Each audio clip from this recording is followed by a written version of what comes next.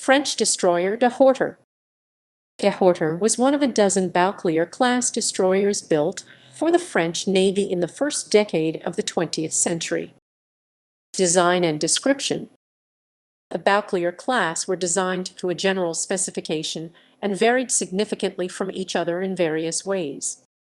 The ships had an overall length of 74-78.3 meters, 242 ft9 in 256 ft11 in, a beam of 7.68 meters, 24 ft11 in 26 ft3 in, and a draft of 2.93.1 meters, 9 ft6 in 10 ft2 in. Designed to displace 800 metric tons, 787 long tons, they displaced 720, 756 t, 709, 744 long tons at normal load. Their crew numbered 83 men. The ships were powered by a pair of Parsons steam turbines, each driving one propeller shaft using steam provided by 4 water tube boilers.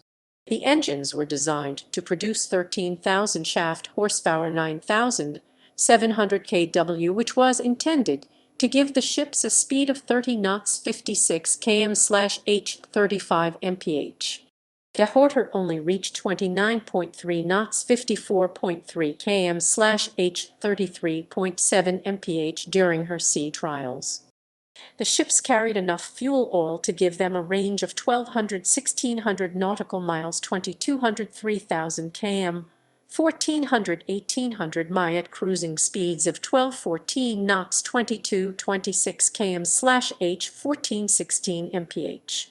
The primary armament of the Bouclier-class ships consisted of two 100mm, 3.9 in model 1893 guns in single mounts, one each fore and aft of the superstructure, and four 65mm 2.6 in model 1902 guns distributed amidships. They were also fitted with two twin mounts for 450mm 17.7 in torpedo tubes amidships.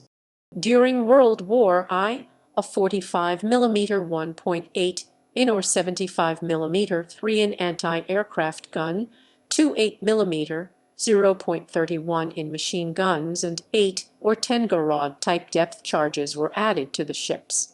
The extra weight severely overloaded the ships and reduced their operational speed to around 26 knots, 48 km/h, 30 mph. Construction and career. Dehorter was ordered from Ateliers at Chantiers de Penhaut and was launched from its Saint-Nazaire shipyard on 18 April 1912. The ship was completed the following year.